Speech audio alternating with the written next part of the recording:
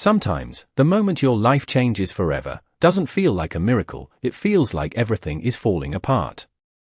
The crystal chandeliers shimmered above her, scattering warm golden light across a room filled with silk dresses, tailored tuxedos, and quiet, polished laughter, but Lily Brooks felt none of it as her fingers tightened around the silver tray she carried, her worn flats aching after 8 straight hours on her feet, her borrowed uniform just a little too stiff against her skin, and her heartbeat just a little too fast for comfort. She didn't belong here, not in a place where a single glass of champagne cost more than her weekly groceries, but she kept moving anyway, weaving between tables, keeping her eyes down, reminding herself this was just another shift, just another night she had to survive, until the dizziness hit her again, sharper this time, like the room itself tilted slightly off balance, and she paused for half a second too long beside a table near the center of the ballroom where a man sat surrounded by executives, his presence commanding without effort, his dark suit perfectly tailored, his expression calm, unreadable, distant, the kind of man people adjusted their posture around without even realizing it, and for a brief, disorienting second, Lily's eyes met his, something flickered, recognition, confusion, something she couldn't place, and then the world slipped, her vision narrowing, the laughter around her stretching into a hollow echo, her grip loosening as the tray tilted, glasses trembling, one tipping just enough to spill, and then everything went black. When she opened her eyes again, the light was different, softer, sterile, the faint scent of antiseptic replacing expensive perfume, and the hum of machines replacing music, her body heavy, her head throbbing as she blinked up at a white ceiling, disoriented, trying to piece together where she was, how she got here, until a voice cut gently through the fog, calm, professional, "Miss Brooks. Can you hear me?" And she turned her head slightly to see a doctor standing beside her bed, clipboard in hand, his expression measured but not unkind, and Lily swallowed, her throat dry.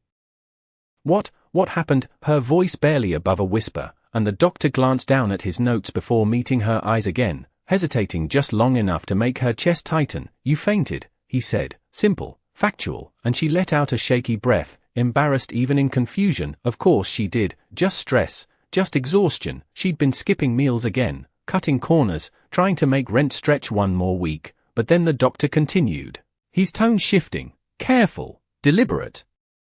"We ran a few tests to make sure everything was okay," and something in the way he said it made her pulse spike, a quiet warning ringing in the back of her mind, and she pushed herself up slightly despite the heaviness in her limbs. "Tests," she repeated, her fingers gripping the thin hospital blanket, and he nodded once, steady, yes. A pause, just a breath too long. "Miss Brooks, you're pregnant," and for a moment, the words didn't land. They hovered somewhere above her, distant, unreal, until they dropped all at once, heavy, impossible, knocking the air from her lungs as her mind scrambled, racing backward through fragmented memories, through exhaustion and long nights and one blurred, rain-soaked evening she had tried not to think about, a night she had told herself didn't matter, couldn't matter, because she didn't even know his name, and her voice came out thin, almost breaking. That's not possible," but even as she said it, something deep inside her already knew. It was, and the doctor's silence confirmed it, steady and undeniable, as the world she had been barely holding together began to shift beneath her feet, quietly, completely, and somewhere far away, in a world of glass towers and boardrooms, a man who had never planned to be part of her life was about to become the center of it. The silence that followed felt heavier than the words themselves as Lily stared at the doctor, her mind refusing to settle, her fingers slowly curling into the thin blanket as if holding onto something real could stop everything else from slipping away. "There has to be a mistake," she said again, quieter this time, almost pleading, but the doctor only gave a small, understanding shake of his head. "The results are clear, and we also notice something else," he added gently, his tone careful. "Your blood pressure is low, and your body is under a lot of stress. You need to take care of yourself, especially now." And the word now echoed louder than anything else, because now meant everything had changed, now meant there was no going back, now meant she was no longer alone in her struggles even if she felt more alone than ever. And Lily closed her eyes for a brief second, inhaling slowly, trying to steady the storm rising inside her, but the moment she did, fragments of that night came rushing back, blurred and incomplete, rain tapping against a bus stop roof, the chill in the air cutting through her coat, the sound of hurried footsteps, and then him, a man leaning unsteadily against the metal bench, his shirt damp, his expression strained, not dangerous, not threatening, just lost. And she remembered hesitating, remembering how easy it would have been to walk away, to pretend she had not seen him, but she had not. She had stepped closer, her voice cautious, "Are you okay?" And he had looked at her like she was the only steady thing in a world that had suddenly tilted, and everything after that felt like a blur of instinct and quiet decisions, helping him into a cab, guiding him into a hotel lobby that was far too expensive for either of them to belong in. The warmth hitting her skin after the cold, the soft hum of the elevator, and his voice, low, tired, "You do not have to stay." But she had stayed, not because she wanted anything, not because she expected anything, but because leaving him alone like that had felt wrong, and that was the part that made her chest tighten now, the part that hurt the most, because she had walked away the next morning before the sun fully rose, slipping out quietly, leaving nothing behind but a borrowed moment she never expected to matter again. And now it mattered more than anything, her eyes opening slowly as reality pressed in again, sharper, heavier. "I do not even know who he is," she whispered, more to herself than anyone else, and the doctor gave her a sympathetic look before jotting something down on his clipboard. "Focus on yourself for now, everything else can wait," he said, but Lily knew that was not true, because nothing about this could wait, not the rent she was already behind on, not the job she might lose after collapsing in front of a room full of clients, not the question that now sat at the center of everything, who he was and whether he would even believe her if she found him. And as she slowly swung her legs over the side of the bed, the cold floor grounding her just enough to stand, she felt it, not physically, but somewhere deeper, the quiet, undeniable shift in her life's direction, like stepping onto a path she had never chosen, a path that led straight back to that night, to that man, and to a truth she could no longer ignore, even if finding it meant walking into a world that was never meant for someone like her. The next morning did not feel like a new beginning, it felt like a countdown as Lily stepped out into the cool air, the city already alive around her, taxis honking, people rushing past with purpose, while she stood still for just a second longer than she should have, her hand resting unconsciously against her stomach as if trying to connect with something that still felt unreal, and then she moved, because standing still would not solve anything, because waiting had never been an option in her life, and if there was one thing she had learned, it was that answers did not come unless you went looking for them, even when you were not sure where to start, and that was the problem. She did not know his name, she did not know where he lived, she did not even know if he would remember her, but she did remember one thing, something small, something she had almost forgotten, the hotel, the one place that connected them, the place she had walked out of before sunrise, thinking it would never matter again, and now it mattered more than anything, her steps quickening as she made her way back through streets that felt different now, heavier somehow, like every decision carried more weight, until she reached it, the towering glass building that had once felt intimidating and distant, now standing like a gate she had no choice but to walk through, her reflection staring back at her in the polished doors, pale, tired, but determined, and for a moment she hesitated, her fingers tightening around the strap of her worn bag. What if he did not remember? What if she had misunderstood everything? What if she walked in there and walked out with nothing but humiliation? But then another thought cut through, sharper, clearer. What if she did nothing, and that was worse? So she pushed the door open and stepped inside. The warmth and quiet elegance of the lobby wrapping around her instantly, marble floors gleaming, soft music playing somewhere unseen, everything pristine, everything controlled, and completely different from the chaos in her chest. The receptionist looked up with a polite but distant smile, the kind reserved for guests who clearly belonged there, which Lily did not, but she walked forward anyway, her voice steady despite the nerves rising in her throat. "I was here a few weeks ago, I need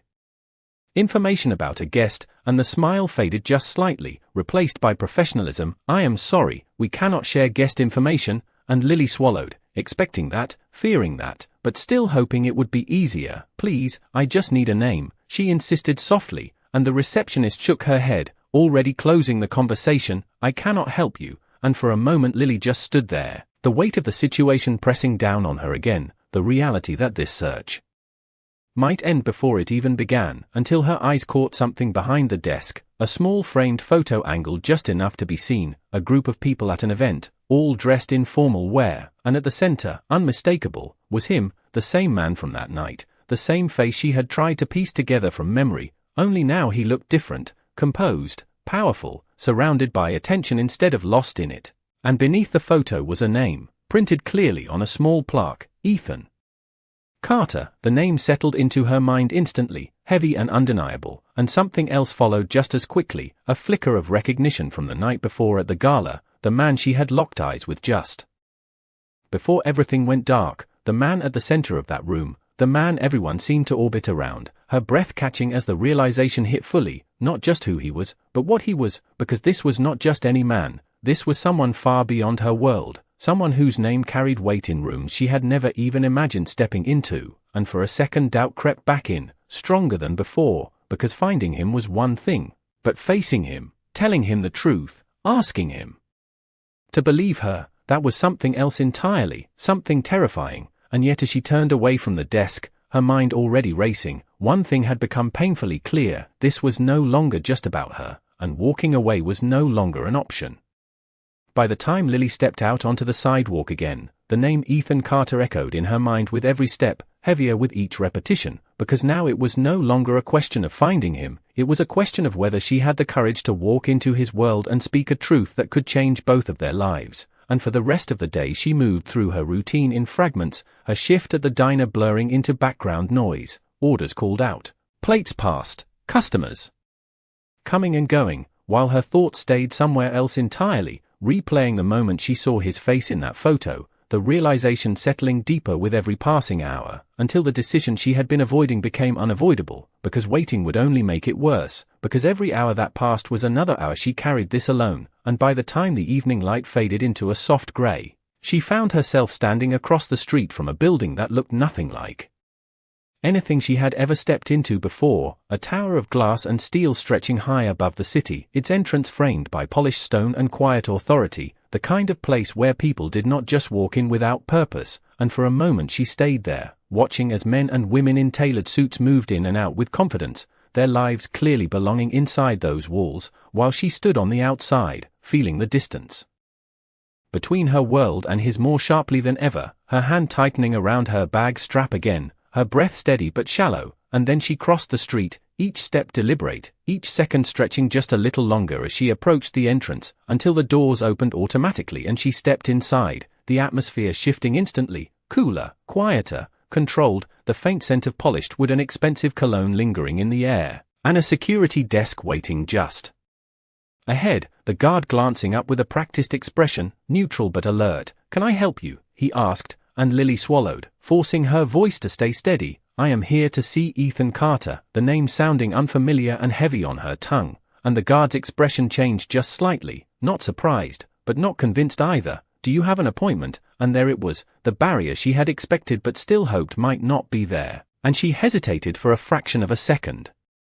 before answering honestly, "No," and the silence that followed felt longer than it was, the guard already preparing to decline, to send her back out into the world she came from, until a voice cut in from behind, sharp, composed. "What is this about?" And Lily turned to see a woman approaching, her posture straight, her expression controlled, the kind of presence that carried authority without needing to raise its voice, her heels clicking softly against the floor as she stopped just a few feet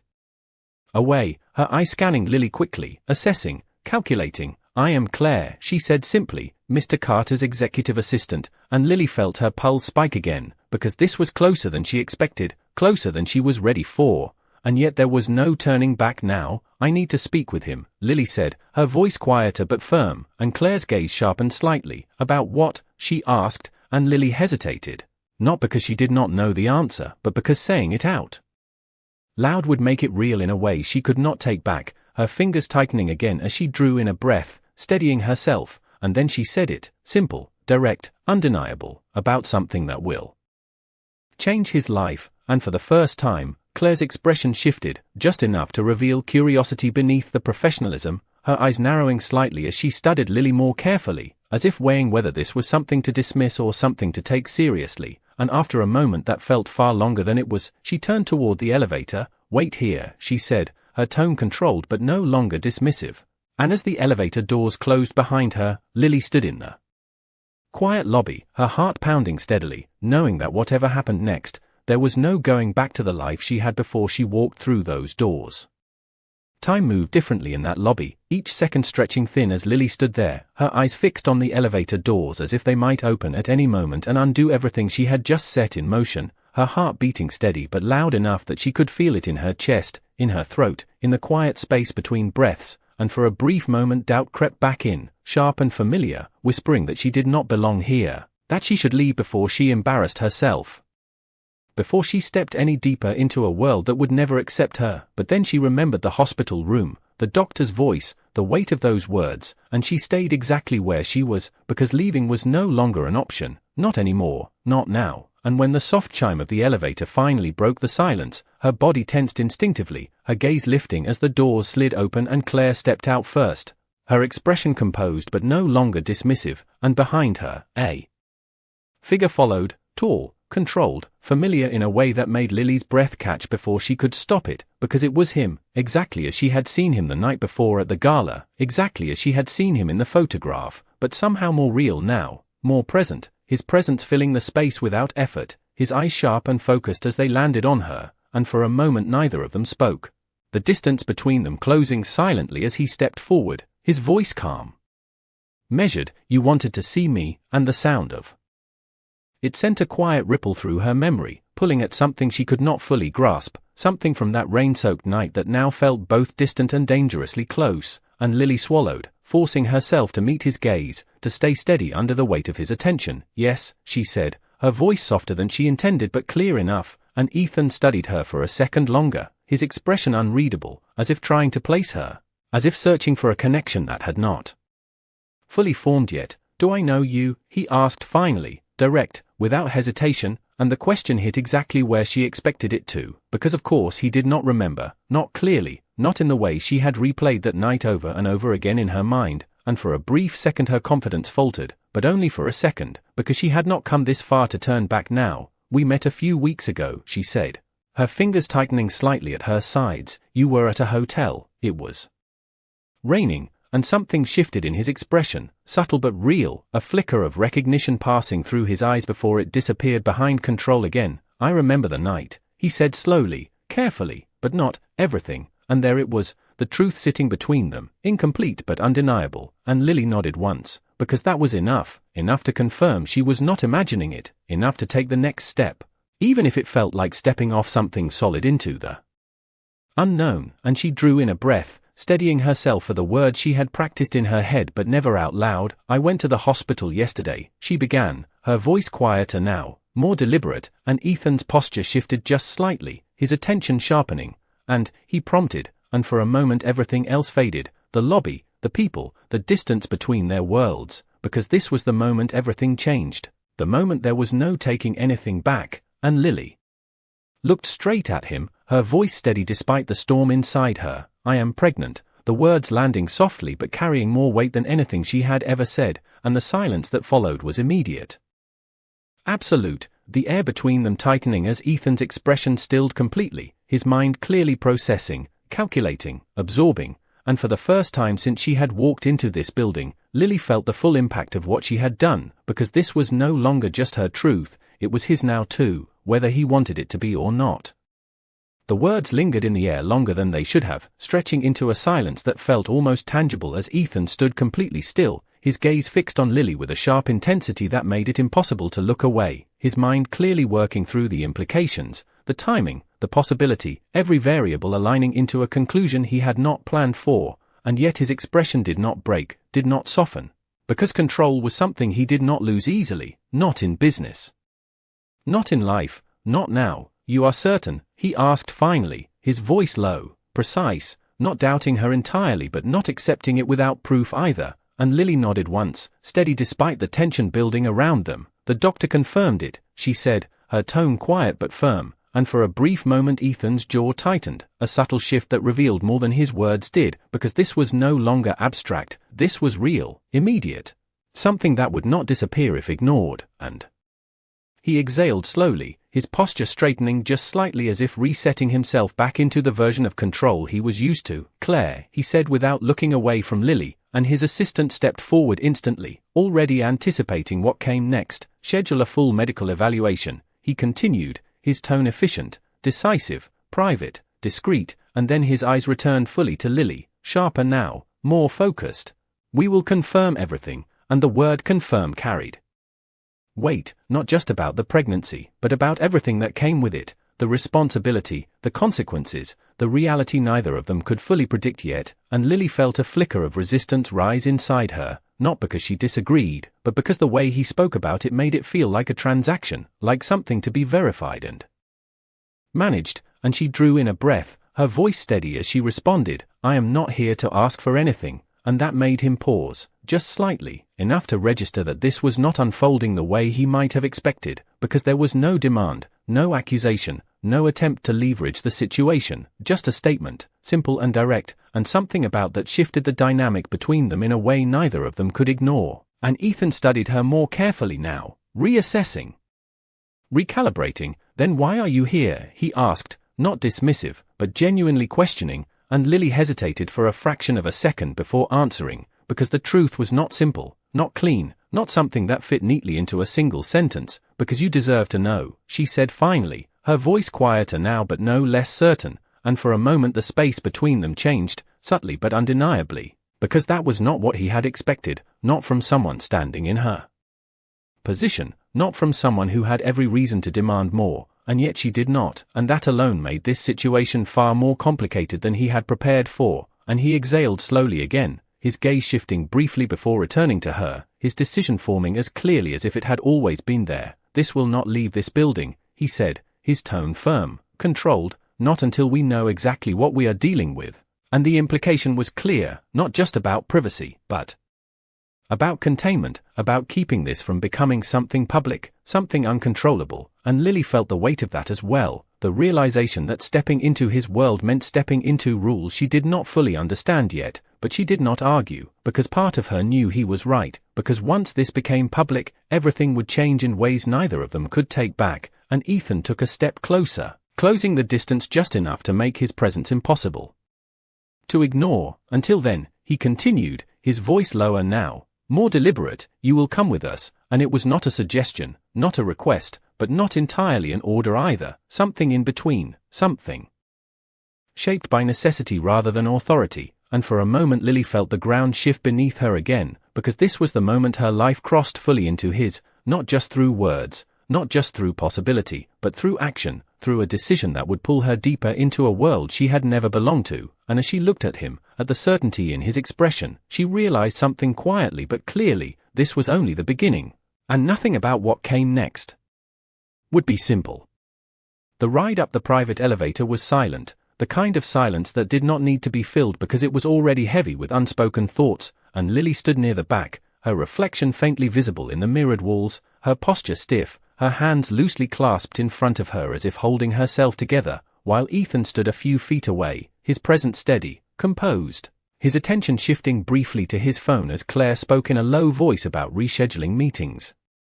moving appointments, rearranging a schedule that seemed to bend effortlessly around his decisions, and it struck Lily then just how different their lives were, how easily his world adapted while hers had always been about adjusting, surviving, making do, and when the elevator doors opened onto a quiet, expansive floor, the difference became even more obvious, the space ahead wide and open, floor-to-ceiling windows stretching across the far wall, the city spread out below like something distant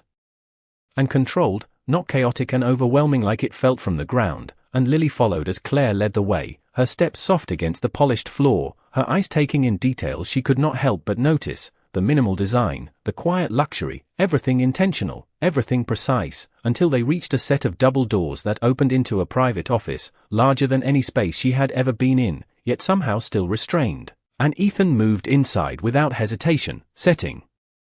the tone without needing to say anything, and Lily stepped in after him, feeling the shift again, that invisible line she had crossed becoming clearer with every step she took, and when the doors closed behind them, the outside world seemed to disappear entirely, leaving only the three of them and the weight of what had brought her here, and Ethan turned to face her fully now, his expression focused, his posture controlled. "Sit," he said, gesturing toward a chair across from his desk, and Lily hesitated for just a second before doing as he asked, lowering herself into the seat, her back straight, her hands resting in her lap, while he remained standing for a moment longer, as if considering something, before finally taking his place behind the desk, the distance between them deliberate, measured, and Claire remained off to the side, tablet in hand, present but unobtrusive, and for a brief moment no one spoke, the quiet stretching just enough to make every second feel intentional, until Ethan broke it, his voice calm but carrying a new weight. "If what you are saying is true," he began, his gaze steady on hers, "then this is not just personal, it is something that will affect more than just the two of us." And Lily felt that immediately, the shift from something emotional to something structured, controlled, something that belonged to his world more than hers, and she nodded slightly, because she understood that part, even if she did not fully belong in it, and he continued, "There are implications, legal, financial, public, each word precise, chosen carefully, and I do not allow situations like this to become unpredictable." And there it was again, control.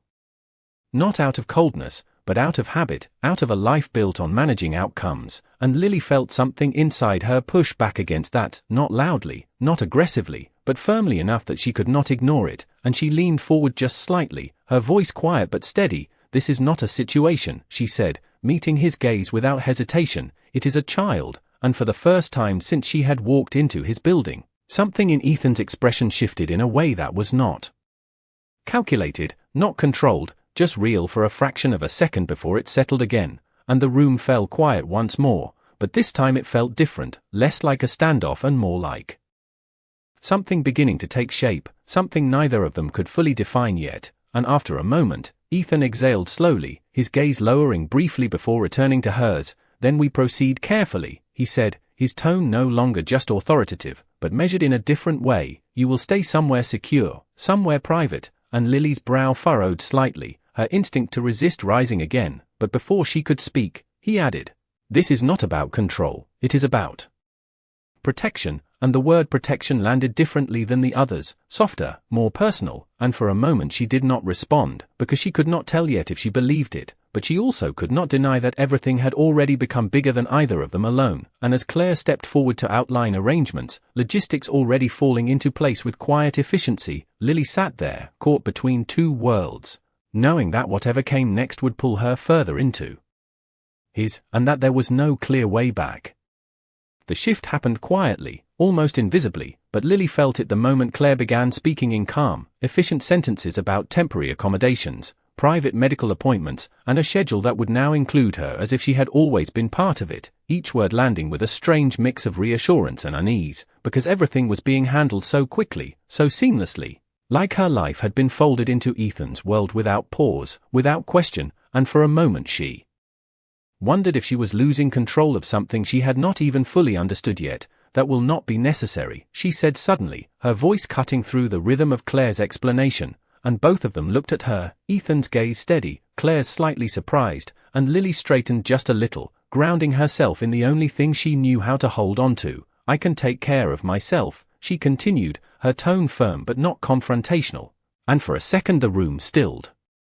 Again, not tense, but expectant, as if waiting to see how Ethan would respond, and he did not answer immediately, instead watching her more closely now, not with